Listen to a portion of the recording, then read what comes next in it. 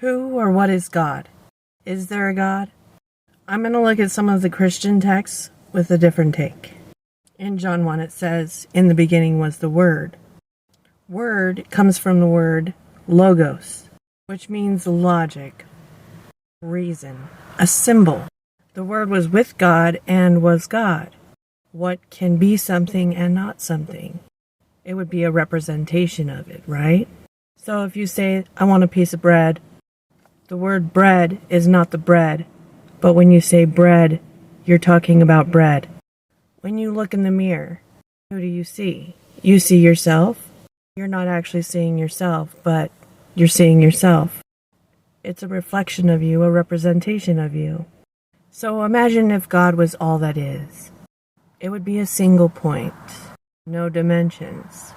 From that single point, there would be no point of reference. But through an image of God, or looking in a mirror, that point of reference could see itself. Now it says everything was created through him and by him, still referring to the image. At least that's how it was written.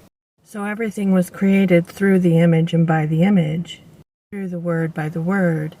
You could refer to the word as sound waves, or light waves.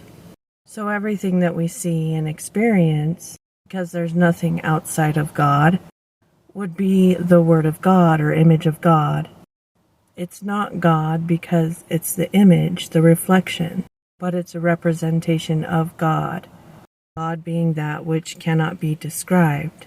As in describing it, you would be back to using symbols. Go to part 2.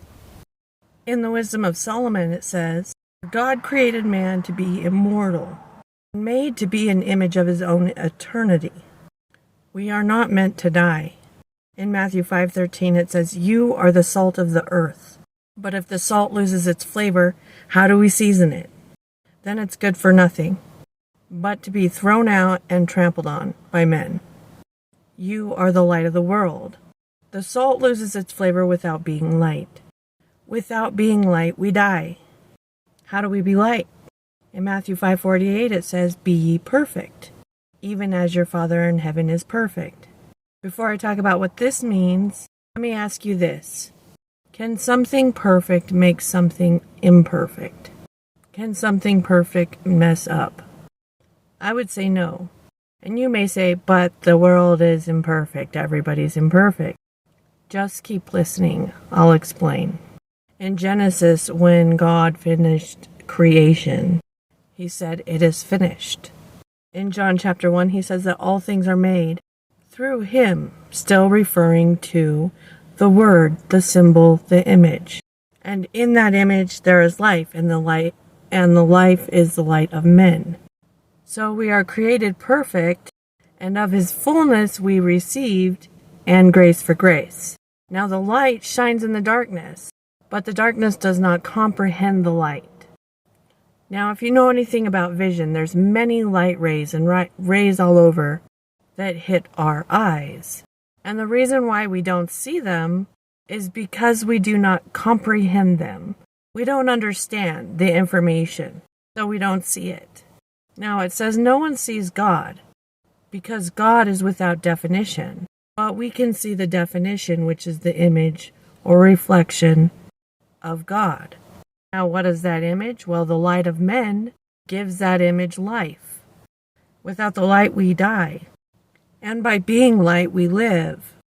To be light and see the image of God that we already have and are, we have to comprehend it. So how do we comprehend it? Go to part 3. The image of God is perfect because of his fullness we have all received. We are the image. We are the word. The darkness cannot see the light or the perfect image. You are in the dark due to lack of comprehension, because if you comprehend the light, you see the light. For instance, to see another dimension, we would only have to comprehend it. And while we don't comprehend it, we don't see it. It's invisible. The existence of it is still there. We just aren't seeing it. So how do we comprehend it? So it says, of his fullness we have received, and grace by grace. So I'm going to look at grace by grace. So by grace we are saved, not by works, but works without faith is dead. What does this mean? It means you can't get there from here. You can't work your way to it. No matter how much you meditate, go to church, pray, it will not make you get the grace or comprehend it, because it is just given. You may do those things, and then one day you comprehend it, you get it. Or you may not do any of those things and then one day just comprehend it or get it. Because it's not something you can go get or achieve. It's something that you understand, comprehend. And then once you do, your identity changes. How you identify yourself, the image that you see yourself with.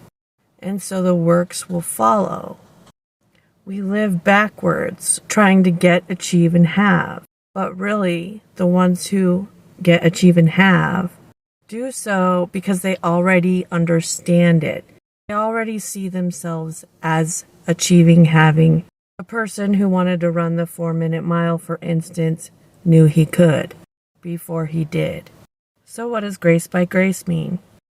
The perfection was given, fullness was given, because it already knew it was receiving it.